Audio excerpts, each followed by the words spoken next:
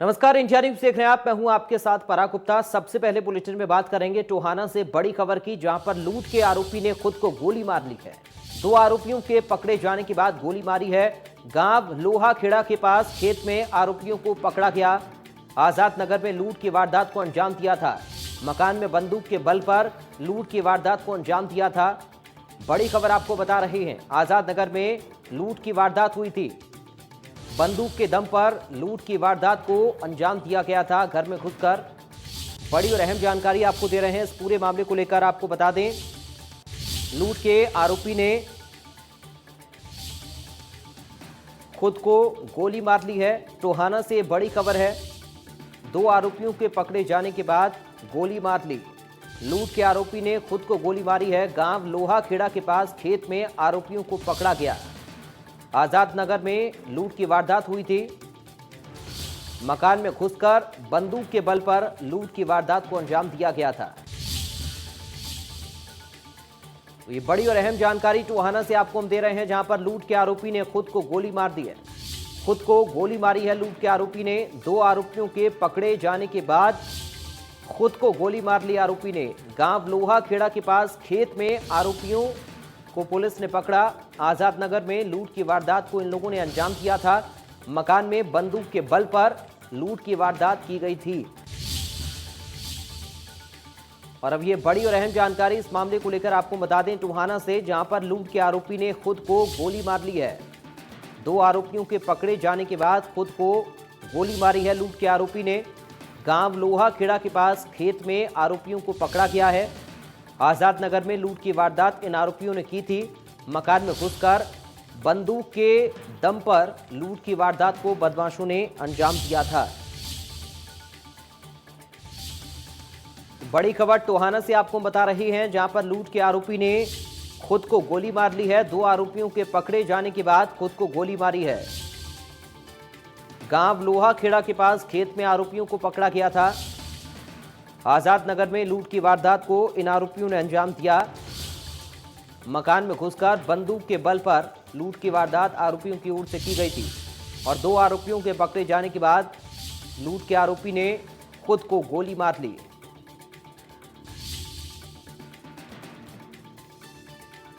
सुशील हमारे साथ phone line पर जुड़ गए हैं, संवाददाता। सुशील, क्या कुछ अपडेट है इस पूरी खबर को लेकर?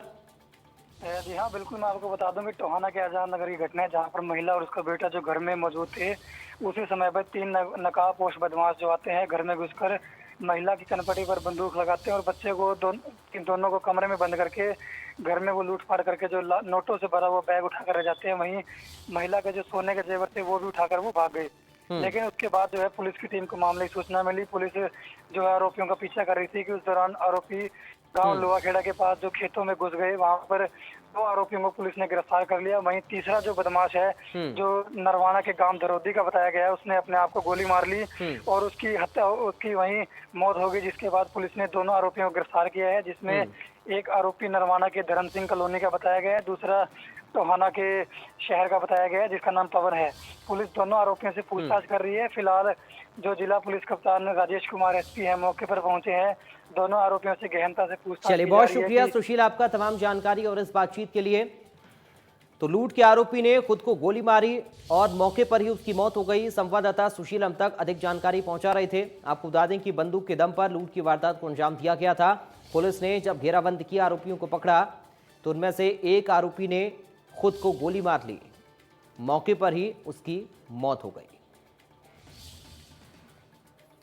तो आजाद नगर में लूट की वारदात हुई थी। घर में घुसकर बंदूक के दम पर लूट की थी इन बदमाशों ने। मकान में बंदूक के बल पर लूट की वारदात की थी। उधर शिक्षा मंत्री कंवरपाल गुर्जर के बेटे को कोरोना हुआ है। यमुनानगर में 107 नए कोरोना मरीज पाए गए हैं। बड़ी खबर आपको बता रहे हैं, शिक्षा मंत्री कंवरपाल गुर्जर के बेटे को कोरोना हुआ। यमुनानगर में 107 नए कोरोना के मरीज पाए गए हैं। एक नायब तहसीलदार भी कोरोना संक्रमित हैं। डीएसपी एडिशनल डिस्ट्रिक्ट जज के परिवार में भी कोरोना हुआ है। अब तक यमुनानगर में कोरोना से 17 लोगों की मौत हो गई है। तो ये बड़ी खबर आपको बता रहे हैं। लगातार कोरोना वायरस अपने पैर पसार रहा है। अब तक 17 लोगों की मौत यमुनानगर में कोरोना वायरस की वजह से हो चुकी है। और अब ये बड़ी खबर आपको बता रहे हैं शिक्षा मंत्री कंवरपाल गुर्जर के बेटे को कोरोना हुआ है। यमुनानगर में 107 कोरोना के नए मरीज सामने आए हैं। आज सबसे ज़्यादा 107 कोरोना पॉजिटिव केस आए हैं और एक डेथ भी हुई है। तो पहले 16 थी, 17 टोटल डेथ हो गई हमारे और 107 केस आज पॉजिटिव केस आए। सर, जैसे इतने ज़्यादा केस आ गए तो प्रशासन क्या क्या सावधानी बरतने के लिए आम आदमी को हिदायत करेगा? प्रशासन ने, जिला प्रशासन ने कल निर्णय लिया, डी साहब ने ऑर्डर जारी किए 2 दिन तक हम बाजार बंद रखेंगे, लोगों को अवेयरनेस कर रहे हैं, लोग अपने ज़रूरी काम हो तो घरों से निकले। अब कोरोना का वो टाइम आ चुका है, पीक पर है, बहुत ज़्यादा केस बढ़ रहे हैं हर रोज़। 2 दिन पहले भी अपने 70 के लगभग केस आए थे, तो हर रोज़ केस बढ़ ही रहे हैं। आज 107 केस आए तो बहुत बड़ी फिगर होगी। तो मैं आपके चैनल के माध्यम से लोगों को कहना चाहता हूँ कि लोग अपने कुछ ज़रूरी काम है तो घर से निकले, बाकी अपने घरों में रहे और जो सोशल डिस्टेंसिंग का जो पालन है, मास्क लगाएं, सोशल डिस्टेंसिंग का पालन करें, तो उसी में हम कोरोना पर विजय प्राप्त कर सकते हैं। सर, मंत्री जी का बेटा है, एक डीएसपी है, तहसीलदार है, इनके बारे में एक जज है, पता लगा है इनमें भी कोरोना आया है? हाँ, इनमें आए। हमारा एक नायब तहसीलदार कोरोना पॉजिटिव आए थे, वो बिल्कुल ठीक हो चुके हैं, अभी ठीक है, उनका 10 दिन हो गए अभी। एक हमारे डीएसपी है, उन पर भी कोरोना पॉजिटिव हुए हैं, उनका भी ट्रीटमेंट चल रहा है। हमारे एडीजे थे, उनके भी फैमिली में मतलब आया हुआ था, उनकी भी स्थिति में सुधार है। तो इसी प्रकार हर आदमी में केस जैसे रोज़ बढ़ रहे हैं, मंत्री जी के बेटे जैसे कह रहे हैं, उनके भी आया है। तो इसीलिए हम लोगों से अपील करना चाहते हैं कि लोग हैं अपने घरों में रहे और सुरक्षित रहे। मतलब टाइम है और बहुत ज़्यादा खराब चल रहा है। चलिए बढ़ते आगे, बात करेंगे कैथल से खबर की, जहां पर शादी में शामिल हुए लोगों में कोरोना वायरस की पुष्टि हुई है। शादी में गए 39 लोगों में कोरोना वायरस की पुष्टि हुई है। 39 लोगों की रिपोर्ट पॉजिटिव आई है। निजी होटल के खिलाफ कार्रवाई शुरू हो गई है। होटल में सोशल डिस्टेंसिंग की धज्जियां उड़ाई गई थी। 39 लोगों की रिपोर्ट कोरोना पॉजिटिव आई है। बड़ी और अहम जानकारी आपको दे रहे हैं, एक साथ 39 लोगों की रिपोर्ट पॉजिटिव आई है। आज कैथल में 35 पॉजिटिव केस मिले हैं। तो कैथल में आज 35 पॉजिटिव केस कोरोना वायरस के मिले हैं। शादी में शामिल हुए लोगों में कोरोना वायरस की पुष्टि हुई है। शादी में गए 39 लोगों की रिपोर्ट कोरोना पॉजिटिव आई है। बड़ी खबर आपको बता रहे हैं हम, निजी होटल के खिलाफ कार्रवाई शुरू हो गई है क्योंकि नियमों का पालन नहीं किया गया था। होटल में सोशल डिस्टेंसिंग की धज्जियां उड़ी थी। 35 पॉजिटिव केस आज मिले हैं। बड़ी खबर आपको बता रहे हैं, 35 पॉजिटिव आज केस मिले हैं और शादी में शामिल हुए लोगों को भी कोरोना हुआ है। 39 लोगों की रिपोर्ट पॉजिटिव आई है। 39 लोगों में कोरोना संक्रमण की पुष्टि हुई है। निजी होटल के खिलाफ कार्रवाई शुरू हो गई है। सोशल डिस्टेंसिंग की धज्जियां उड़ी थी, पालन नहीं हुआ था। इसमें से 22 लोग ऐसे हैं जो 13 तारीख को एक निजी होटल है कैथल के अंदर, वहाँ पे शादी समारोह हुआ था और उसके अंदर जो थे वो इस जो रिपोर्ट्स में वो पॉजिटिव आए हैं और उनमें से पहले भी पॉजिटिव आए हैं। टोटल मिला के 39 केस ऐसे निकले हैं जो लोग उस शादी समारोह में शामिल थे और उनमें मेरे को बताया गया है 1-2 महिला जो शादी समारोह अटेंड करने के लिए दिल्ली से आई थी, वो कोरोना पॉजिटिव थी। बढ़ते आगे बात करेंगे सिरसा से खबर की, जहां पर एसवाईएल पर कैबिनेट मंत्री रणजीत सिंह का बयान सामने आया। राम जन्मभूमि की तरह सुप्रीम कोर्ट के फैसले से एसवाईएल का हल होगा, ये मंत्री की ओर से कहा गया है। साथ ही कहा कि सुप्रीम कोर्ट का फैसला सबको मानना होगा। जल राष्ट्रीय स्रोत पंजाब को नहीं डालनी चाहिए रुकावट। पहले बादल, अब कैप्टन अमरिंदर बना रहे हैं राजनीतिक मुद्दा। ये बयान दिया गया है कि इसे राजनीतिक मुद्दा बनाने की कोशिश कैप्टन अमरिंदर सिंह की ओर से की जा रही है। एसवाईएल पर कैबिनेट मंत्री रणजीत सिंह का बयान सामने आया है। बड़ी खबर आपको बता रहे हैं, रणजीत सिंह ने कहा कि राम जन्मभूमि की तरह सुप्रीम कोर्ट के फैसले से ही ये मुद्दा सॉल्व होगा। सुप्रीम कोर्ट का फैसला सबको मानना होगा। जल राष्ट्रीय स्रोत है, इसलिए पंजाब को इसमें रुकावट नहीं डालनी चाहिए। पहले बादल और अब कैप्टन अमरिंदर राजनीतिक मुद्दा इसे बना रही हैं। ये कैबिनेट मंत्री रणजीत सिंह की ओर से कहा गया है। तो एसवाईएल पर कैबिनेट मंत्री रणजीत सिंह का बयान। बड़ी खबर सिरसा से आपको बता रहे हैं, क्या कुछ उन्होंने कहा सुनाते हैं आपको। जब सुप्रीम कोर्ट का फैसला, कावेरी का मामला था, कर्नाटक आंध्रा का, तो फैसला हुआ, करने चल गया। मैं समझता हूँ कि फाइनल फेज पे है, अब इसे रोक नहीं सकते, ज़्यादा लंबा नहीं है, अल्टीमेटली फैसला करना पड़ेगा। और मेरा ये ख्याल है कि अब एक बार नेगोशिएशन के लिए सुप्रीम कोर्ट ने कहा है कि आपस में बैठ के करें। कल परसों हमारे जो वाटर रिसोर्सेज मिनिस्टर हैं गजेंद्र सिंह जी शेखावत, उन्होंने मीटिंग ली है, अपना अपना पक्ष पेश करके आए हैं। पर पंजाब की भी ये गलतियाँ हैं कि वो बिना बात ही जिद कर रहा है। वाटर जो है वो नेशनल प्रॉपर्टीज़ है। अब ये तो हिमालय से चल के सब जगह तक जा रहा है, तो कोई ये थोड़ा ही है कि उसे रास्ते में कोई रोक ले। कल हम राजस्थान कनाल का पानी रोक लें कि नहीं जाने देंगे, हमारा पानी है, ये कोई बातें थोड़ी होती है। तो नेशनल रिसोर्सेज है, वाटर जो है सेंट्रल गवर्नमेंट का है, सब्जेक्ट ही उनका है, वाटर रिसोर्सेज मिनिस्ट्री का। इस करके वही मीटिंग इसकी ले रहे हैं। मैं समझता हूँ अल्टीमेटली अब ये फाइनल स्टेज पे है, फैसला होगा, SYL का पानी आएगा। ये उनका एक पॉलिटिकली मैंडेट है। ये बादल साहब करते थे, ये कैप्टन साहब कर रहे हैं। इस बात में कुछ आने जाने ना कोई ये इश्यू देखते, ना इस पे वोट पड़ता। वो खाली अपना और उग्रवाद आ जाएगा, इन बातों से क्या लेना देना। उग्रवाद और बातों से नहीं आया, बरगाड़ी का इतना बड़ा काम हो गया, उसका नहीं आया। कोई पानी का इशू थोड़ा ही है। सब लोग जानते हैं, मेंटली प्रिपेयर्ड है कि ये तो सेंटर का सब्जेक्ट है, उनका सब्जेक्ट ही नहीं, नेशनल प्रॉपर्टी है जाएगी, जिसके हिस्से में जो है कमीशन है। सुप्रीम कोर्ट फैसला करेगा, सुप्रीम कोर्ट का कोई फैसला नहीं रोक सकता। अब बात चंडीगढ़ से खबर की, जहां पर म्यूनिसिपल कमिश्नरों की अहम बैठक है आज। कुछ देर में हरियाणा निवास में ये अहम बैठक होने वाली है। आपको बता दें कि इस बैठक में गृह मंत्री अनिल विज भी शामिल होंगे। शहरों की विकास परियोजना को लेकर इस बैठक में चर्चा होगी। बुनियादी ढांचे को मजबूत करने पर बातचीत होगी। शहरों के बुनियादी ढांचे को कैसे मजबूत किया जाए, इसको लेकर चर्चा इस बैठक में होनी है। जन सेवाओं की बढ़ोतरी को लेकर इस बैठक में चर्चा होगी। बैठक में जलभराव पर भी जरूरी दिशा निर्देश दिए जाएंगे। तो ये बड़ी और अहम जानकारी चंडीगढ़ से आपको बता रही है। म्यूनिसिपल कमिश्नरों की आज अहम बैठक होनी है। गृह मंत्री अनिल विज भी इस बैठक में शामिल होंगे। शहरों की विकास परियोजना को लेकर इस बैठक में चर्चा होनी है। ये काफी अहम बैठक मानी जा रही है। जन सेवाओं की बढ़ोतरी को लेकर बैठक में मंथन होगा। बैठक में जलभराव पर भी जरूरी दिशा निर्देश दिए जाएंगे। जलभराव की समस्या बारिश के समय ना हो, इसको लेकर भी दिशा निर्देश जारी किए जाएंगे। केंद्र की मोदी सरकार की ओर से लाए गए 3 अध्यादेशों के खिलाफ हरियाणा में किसान संगठन लगातार विरोध प्रदर्शन कर रहे हैं। किसान और आड़तियों ने प्रदेश के कई जिलों में केंद्र सरकार के खिलाफ सड़कों पर उतरकर जिला उपायुक्तों को ज्ञापन सौंपकर मांग की है कि केंद्र सरकार को जल्द ही इन अध्यादेशों को वापस लेना चाहिए। हम आपको आड़ती और किसानों के धरने की 3 तस्वीरें दिखा रहे हैं। पहली तस्वीर रेवाड़ी जिले की है। रेवाड़ी अनाज मंडी में व्यापार मंडल ने आज पूर्णबंदी की। वहीं दूसरी तस्वीर कैथल जिले की है, जहां पर नई अनाज मंडी में मुनीमों ने प्रदर्शन किया। इसी कड़ी में फतेहाबाद में सरकार के 3 अध्यादेशों के खिलाफ व्यापारी सड़क पर उतरे। प्रदर्शनकारियों ने आरोप लगाया कि सरकार के जारी अध्यादेशों से किसान और आड़तियों के बीच में हमेशा के लिए व्यापार बंद हो जाएगा। उन्होंने कहा कि यहां साथ ही ये 3 तस्वीरें हम आपको दिखा रहे हैं। फतेहाबाद, कैथल और रेवाड़ी की तस्वीरें हैं, जहां पर प्रदर्शन किया जा रहा है।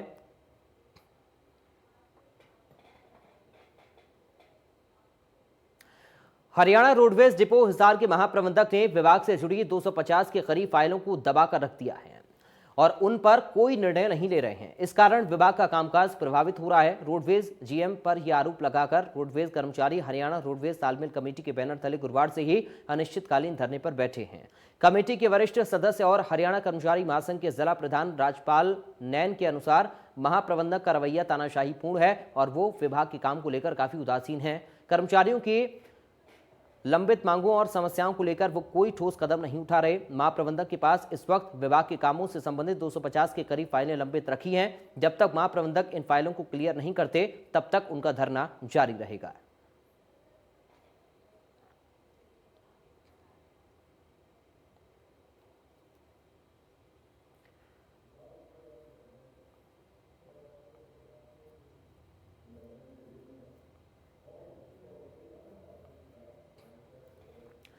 साइबर सिटी गुरुग्राम में मानसून के सीजन के दौरान सड़क धंसने, इमारतों में दरार आने का सिलसिला जारी है। गुरुग्राम में आज एक और रिहायशी इमारत में दरार आने से हड़कंप मच गया।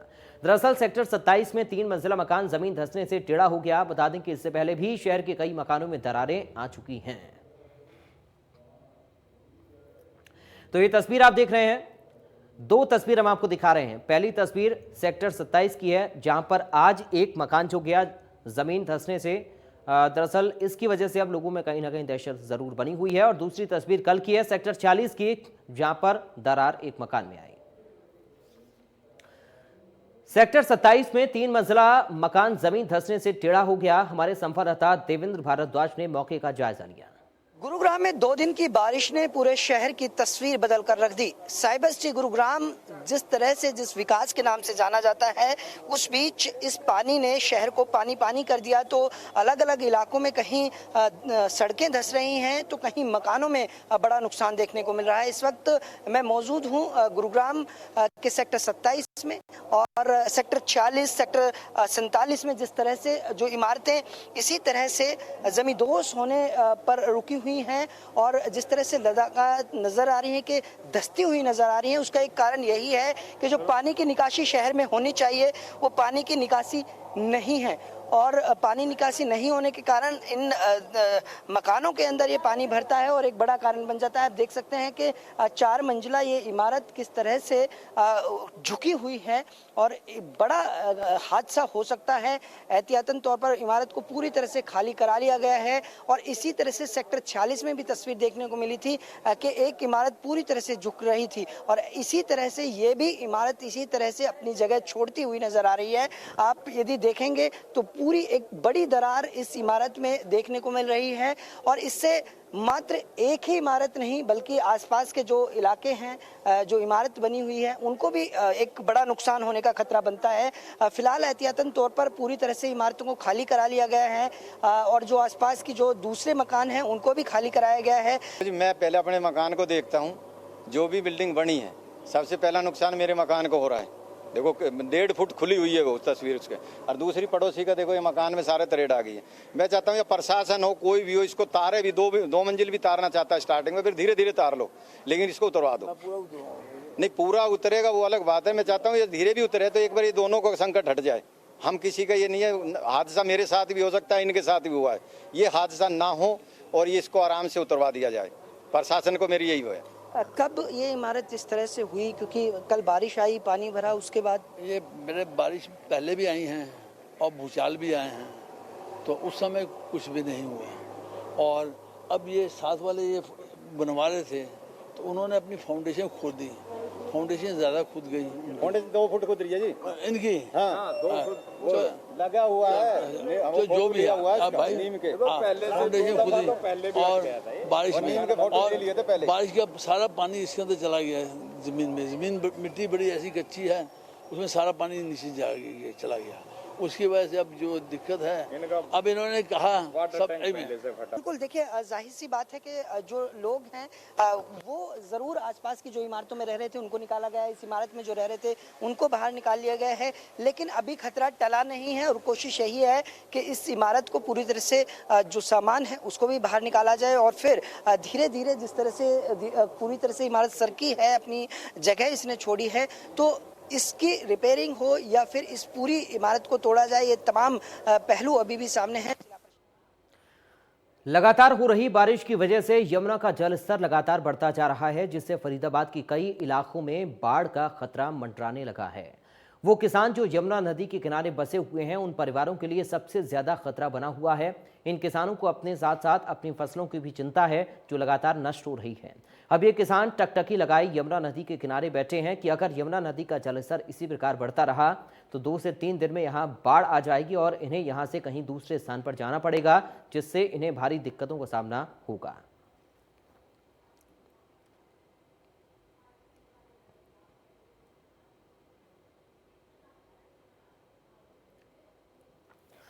तो चलिए एक नजर इस वक्त की सुर्खियों पर। प्रस्तुत करता है हेम पुष्पा। इम्यूनिटी बढ़ाए, स्वस्थ बनाए, महिलाओं की नंबर 1 आयुर्वेदिक औषधि व टॉनिक। तेज बारिश की वजह से गुरुग्राम में गिरने की कगार पर आई एक और इमारत। सेक्टर 27 में जमीन धंसने के कारण 3 मंजिला इमारत झुकी। कल सेक्टर 40 में झुक गई थी 4 मंजिला की बिल्डिंग।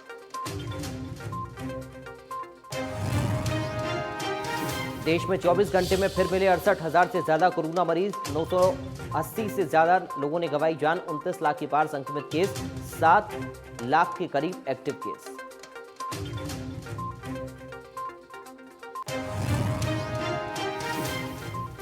कैथल में शादी समारोह में शामिल होना लोगों पर पड़ा भारी। अब तक 39 लोगों की कोरोना रिपोर्ट आ चुकी है पॉजिटिव। निजी होटल मालिक के खिलाफ कार्रवाई शुरू। सोशल डिस्टेंसिंग की उड़ी थी धज्जियां।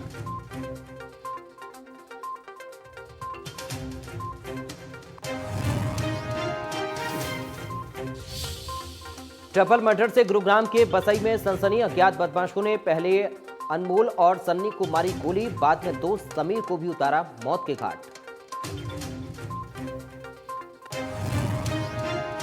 बल्लभगढ़ के जाजरू गांव के पास घुसे 2 तेंदुए। एनटीपीसी सोलर प्लांट की बाउंड्री वॉल के पास सीसीटीवी में कैद। ग्रामीणों में दहशत, खेत में ना जाने की दी गई सलाह।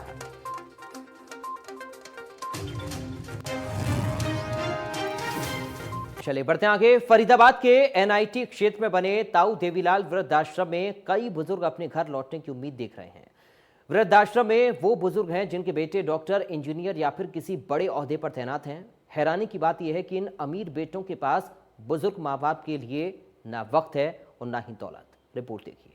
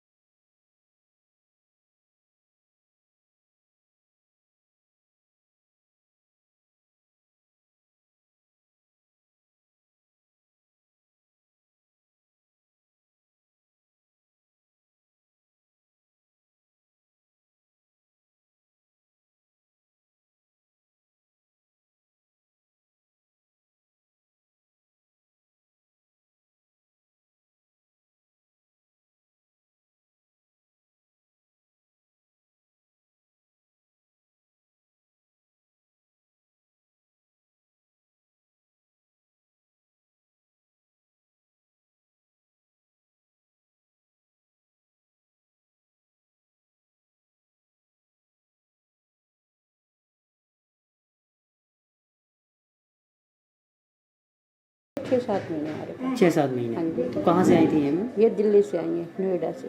कौन छोड़ के गया था आपके वृद्धाश्रम? इनके बच्चे छोड़ के गए थे। इनके बच्चे को छोड़ के गए थे? इनके बच्चे छोड़ के गए। बेटे या बेटी? बेटे। क्या करते हैं बेटे? इनके 3 बेटे और डॉक्टर हैं। 3 बेटे, तीनों डॉक्टर हैं? हाँ जी। कहाँ पर हैं, कुछ पता हुआ आपको डॉक्टर?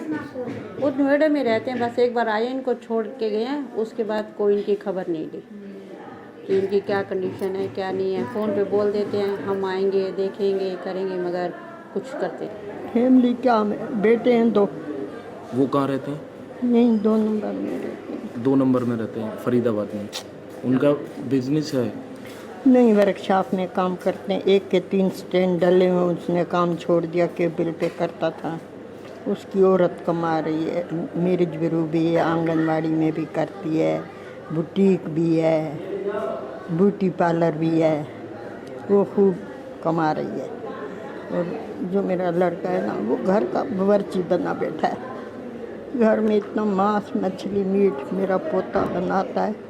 मैं अलग बनाती थी, फिर भी मेरे बर्तनों में वो इस्तेमाल करता था। रात को हुक्के पीना, टेटू बनाता है। उसको माँ ने कहा दादी को तंग कर तो निकलेगी। मैं बड़ी मुश्किल से मैं यहाँ ठीक हूँ। इससे से तो घर वालों से आपकी बात होती है, वो आते हैं? अपने मेरे को उन्होंने घर से निकाल दिया था। बहती आंखों से बुजुर्ग और बेबस एक और महिला कहती है कि उसे अपने घर की याद आती है। बेटे पैसे कमाने में लगे, माँ के लिए कुछ नहीं। ऐसे ही मुजफ्फरनगर के रहने वाले 100 साल से भी ज्यादा उम्र के बुजुर्ग का कहना है कि 84 के दंगे में पत्नी को खो दिया, फिर बेटों ने भी साथ छोड़ दिया। अरे 2 बेटे हैं। वो क्या करते हैं? जवाहर कॉलोनी में। एक बेटा बाहर रहता है, विदेश। विदेश में रहते हैं? कौन सी जगह है, कुछ पता है विदेश में? पहले तो नाइजीरिया था, अब दुबई में। दुबई में। कभी कभी उनकी याद आती होगी, उनकी यादें आती होंगी आपको? अब याद आने से क्या बनता है? ऐसा मकान का घर बिगड़ जाएगा, तुम यहीं चलो, और दुख बर्दाश्त नहीं होगी, हम यहीं आ गए। और आपकी जो वाइफ थी, बीवी आपकी, उनका? वो 84 उम्र की। 84 में चली गई। आपका पूरा कहने पाड़े हमने तो 12 की। छोटे छोटे बहुत। हाँ, एक की 2 शादी करी, एक की 1 शादी करी। बेटा बेटी नु समझ ले, पाल पोस के छोड़ दिए, कोई किसी का नहीं है। बस यही सोच ले कि जब बच्चे नहीं सुहाता किसी बड़े बूढ़े को जी तो कहाँ रहेगा। जी, ये बात भी है। यहाँ पे आप खुश हैं?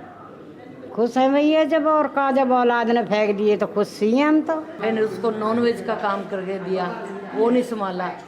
फिर 5 ऑटो डाल के दिए, वो नहीं संभाला। फिर अंकल की ऐसी स्थिति हो गई, शुगर थी, टांगे गल गई, ऑपरेशन हुआ। तो उसके बाद कहता था चल अपने आदमी को लेके निकल, चल अपने खसम को लेके निकल। आपको बोलता था आपका बेटा? हाँ, धक्के मारता था मुझे घर से बाहर? हाँ, मैं फिर यहाँ अंकल जी कहाँ चले गए? उसकी डेथ हो गई ना, 8 महीने हो गए हैं। उनकी डेथ हो गई। आप 8 महीने से यहाँ पर हैं? हाँ, 4 महीने हुए थे, 4 दिन हुए थे, निकाल दिया था बाहर। अच्छा, आपके पति की डेथ को 4 दिन हो गए। वृद्धाश्रम के संचालक कृष्णलाल बजाज कहते हैं कि उनके पास 80 से ज्यादा बुजुर्ग हैं। लॉकडाउन के दौरान इस संख्या में इजाफा हुआ है। इससे पहले करीब 60 बुजुर्ग वृद्धाश्रम में रहते थे।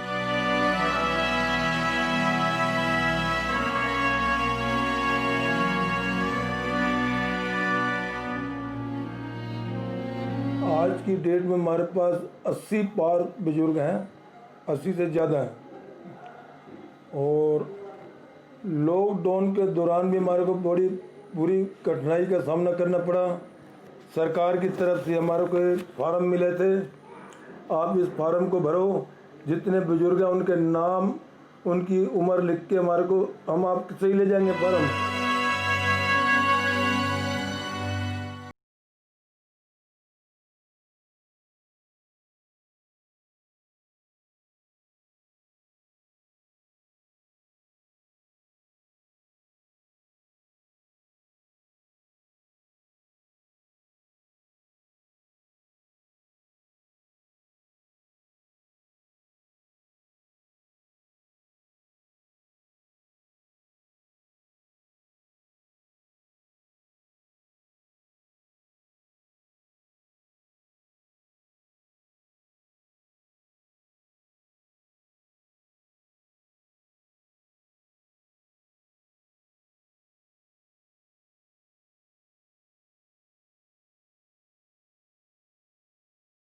फिलहाल यहाँ वक्त एक ब्रेक का, आप देखते रहिए इंडिया न्यूज़।